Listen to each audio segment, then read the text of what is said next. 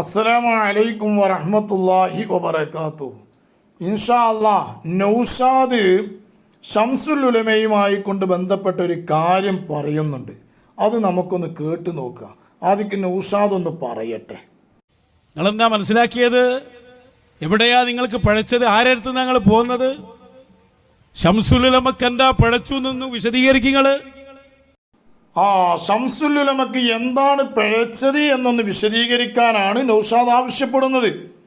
അപ്പോൾ ശംസുൽ ഉലമക്ക് എന്താണ് പിഴച്ചത് എന്ന് വിശദീകരിക്കാൻ നൗഷാദ് ആവശ്യപ്പെടുന്നു. അത് ആരാണ് വിശദീകരിക്കേണ്ടത് എന്നും നൗഷാദ് പറയുന്നുണ്ട്. ആരാ വിശദീകരിക്കേണ്ടത് നൗഷാദെ ഒന്ന് പറഞ്ഞ?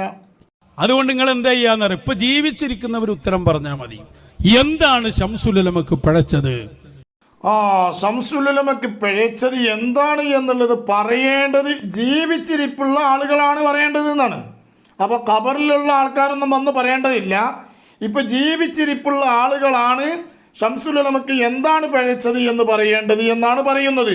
ഇൻഷാ അല്ലാഹ് ജീവിച്ചിരിപ്പുള്ള ആൾ തന്നെ ഒന്ന് പറയട്ടെ. നമ്മളെ പമ്പൈസ് മുസ്ലിയാര ഒന്ന് പറയട്ടെ. എന്താണ് ശംസുൽ ഉലമക്ക് പിഴച്ചത്? പമ്പൈസ് ഒന്ന് പറഞ്ഞ. പുത്തനാശയക്കാരോട് ബിദാത്തുകാരോട് കൂട്ടുകൂടാൻ പാടില്ല എന്നുള്ളത് ഇവിടെ സ്ഥിരപ്പെട്ട ഒരു ദീനിന്റെ നിയമമാണ്. പുത്തനാശയക്കാരോട് കൂട്ടുകൂടാൻ പാടില്ല എന്ന് അത് ദീനിന്റെ നിയമമാണ് എന്നാണ് പറയുന്നത്. ഏതായാലും പമ്പൈസ് ബാക്കിയും കൂടി പറയട്ടെ. അതിന് എതിരായി 89-ൽ ശംസുൽ ഉലമയുടെ ഭാഗത്തു നിന്നൊരു സഞ്ചാരമുണ്ടായി. മനസ്സിലായ നൗഷാദേ? പുത്തനാശയക്കാരോട് കൂട്ടുകൂടാൻ പാടില്ല എന്ന് ദീനിന്റെ നിയമമാണ്. ആ നിയമത്തിന് വിരുദ്ധമായി ശംസുൽ ഉലമയിൽ നിന്ന് 1989-ൽ ഒരു സഞ്ചാരമുണ്ടായി. ആരടുത്തുനിന്ന്? ശംസുൽ ഉലമയിൽ നിന്നുണ്ടായി എന്നാണ് പറഞ്ഞത്. എന്നാൽ ശംസുൽ ഉലമയിൽ നിന്ന് ഉണ്ടായി എന്നുള്ളത് ആര് പറയുന്നു? എൻ്റെ ഇത് കൂട്ടുകൂടുന്ന പമ്പൈസ് മുസ്ലിയാർ തന്നെ പറയുന്നു. എന്നാലോ ഇനി കുഞ്ഞേമത് പറയുന്നുണ്ട്. എന്താ പറയുന്നത്? അങ്ങനെ സല്ലാത്തുകൾ വരാൻ സാധ്യതയുണ്ട്, സല്ലാത്തുകൾ വന്നിട്ടുണ്ടെങ്കിൽ പുറത്തു കൊടുക്കട്ടെ എന്ന് കുഞ്ഞേമത് പറയുന്നുണ്ട്. ഏതായാലും കുഞ്ഞേമതും കൂടി ഒന്ന് പറഞ്ഞോട്ടെ. ശംസുൽ ഉലമ അത് ചെയ്തോ ഇല്ലേ? ശംസുൽ ഉലമ അള്ളാഹു അവിടുത്തെ ദറജ വർദ്ധിപ്പിക്കുമാറാകട്ടെ.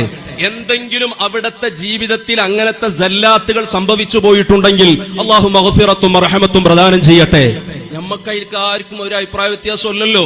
എന്ത് ഒരാളെ കയ്യിൽ അപാകത വന്നാൽ പരസ്പരം മുഅ്മിനീങ്ങൾ തമ്മിലുള്ള ബാധ്യത, അവർക്ക് മഗ്ഫിറത്തിനും റഹ്മത്തിനും വേണ്ടി നമുക്ക് ദുആരക്കാലോ. പക്ഷെ അപ്പൊ ശംസുൽ ഉലമയിൽ നിന്ന് സല്ലാത്ത് വന്നിട്ടുണ്ട് എന്നായി അല്ലേ? അപ്പൊ എൻ്റെ വർത്താനം കേട്ടപ്പോൾ ശംസുൽ ഉലമയിൽ നിന്ന് സല്ലാത്തുകൾ വന്നിട്ടുണ്ട് എന്നാണ് മനസ്സിലായത്. എന്താ കുഞ്ഞേമത ഇങ്ങനെയൊക്കെ ആയാൽ? നൗഷാദ് കടന്നുകാണ്ട് ചാകണത് ശംസുൽ ഉലമക്ക് എന്തു പിഴച്ചു എന്ന് ചോദിക്കുന്നു. നിങ്ങൾ രണ്ടുപേരും ഇങ്ങനെയും പറയുന്നു. എന്താ ചെയ്യാ? നിങ്ങൾ രണ്ടുപേരും ഇങ്ങനെ പറയുന്നു. അതിൻ്റെ പുറമേ നിങ്ങളുടെ വലിയ ഷെയ്ഖായ ഗ്ലോബൽ ഷെയ്ഖ് കോമാട്ടുചാലിൽ അദ്വാണിച്ചാലോ പറയുന്നത് അതിലും വലുതാ പറയുന്നത്. നിങ്ങൾ താജുൽ ഉലമയോടൊപ്പവും ഏപ്പിൻ്റെ ഒപ്പം നിൽക്കണം എന്ന് പറഞ്ഞു, മടവൂർ ഷെയ്ഖുനെ പറഞ്ഞു എന്ന് പറഞ്ഞിട്ട് പറയുന്നു. അപ്പം സല്ലാത്ത് എവിടെ വന്നിട്ടുണ്ട് എന്ന് ഉറപ്പായി പോയി. ആരുടെ വാദപ്രകാരം?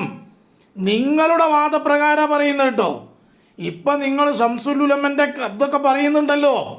നിങ്ങൾ ശംസുൽ ഉലമൻ്റെ കറാമത്തും ശംസുൽ ഉലമയിൽ മാതൃകയുണ്ട് എന്ന് പറഞ്ഞുകൊണ്ട് നടക്കുന്ന വട്ടൂരികളായ നിങ്ങൾ മനസ്സിലാക്കാൻ വേണ്ടിക്കൊണ്ട് മാത്രമാണ് പറയുന്നത്. നിങ്ങൾ ഇതൊക്കെ മറന്നുപോയോ? ഞങ്ങളിതൊന്നും മറന്നിട്ടില്ല. ഞങ്ങളെടുത്തതൊക്കെ റെക്കോർഡുകളുണ്ട്. ഇതാ ഒരേറ്റവും വലിയ ഷെയ്ഖ് പറയുന്നു. ആ പറയുന്നതൊന്ന് കേട്ടു നോക്കൂ.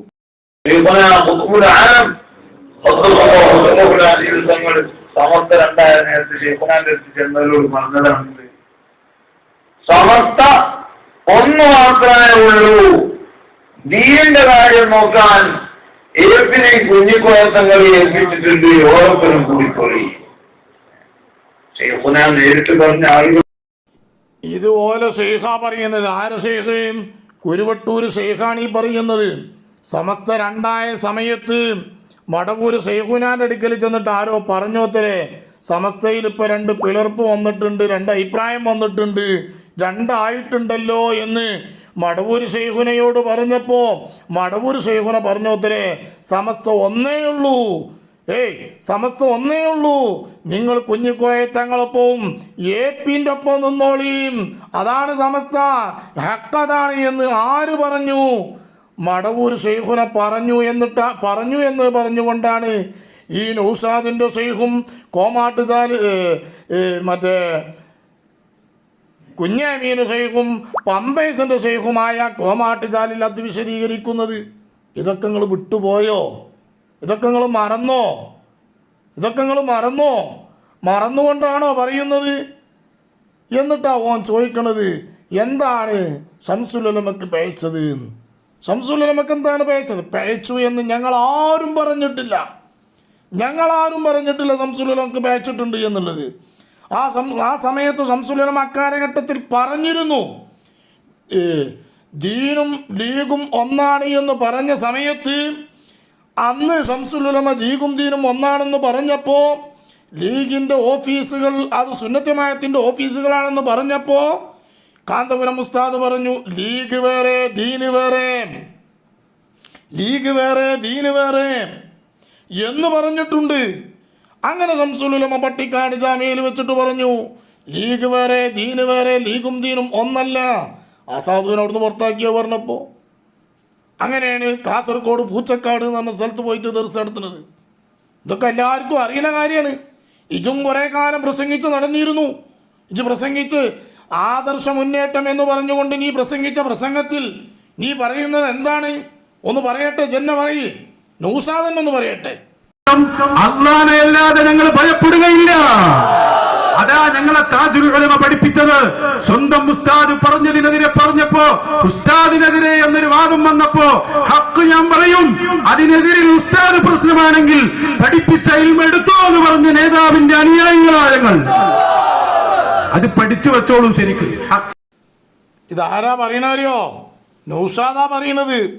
ചിലപ്പോൾ ഇത് കേൾക്കുമ്പോൾ നൗഷാദ് പറയും അന്ന് എനിക്ക്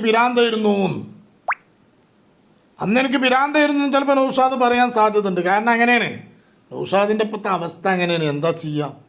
അപ്പോൾ ഓന് സ്റ്റേജ് ഇങ്ങോട്ട് കിട്ടിക്കഴിഞ്ഞാൽ, മൈക്ക് ഇങ്ങോട്ട് കിട്ടിക്കഴിഞ്ഞാൽ ഒക്കെ ചെറുതാ. ഷംസുൽ ഉലമയും കണ്ണിയത്ത് ഉസ്താദും താജുൽ ഉലമയും AP ഉസ്താദും ഒക്കെ ഓൻ്റെ കാലിൻ്റെ ചോട്ടിൽ, എല്ലാവരും ഓൻ്റെ താഴെ. ഈ കോലത്തിൽ പ്രസംഗിച്ചാലേ പൊന്നാര നൗഷാദേ ദുനിയാവും ആഖിറവും നഷ്ടപ്പെട്ടു പോകും. നമ്മളിപ്പോൾ ഒരു സമവായത്തിലേക്ക് എത്തിക്കൊണ്ടിരിക്കുകയാണ്. സുന്നത്തമായത്തിൻ്റെ ആളുകൾ, പണ്ഡിതന്മാരൊക്കെ അങ്ങോട്ടും ഇങ്ങോട്ടും ഒരു സമവായത്തിലേക്ക് എത്തിക്കൊണ്ടിരിക്കുമ്പോൾ നീ തമ്മിൽ തെറ്റിക്കാൻ വേണ്ടിക്കൊണ്ട് ശ്രമിച്ചിട്ട് കാര്യമില്ല കേട്ടോ.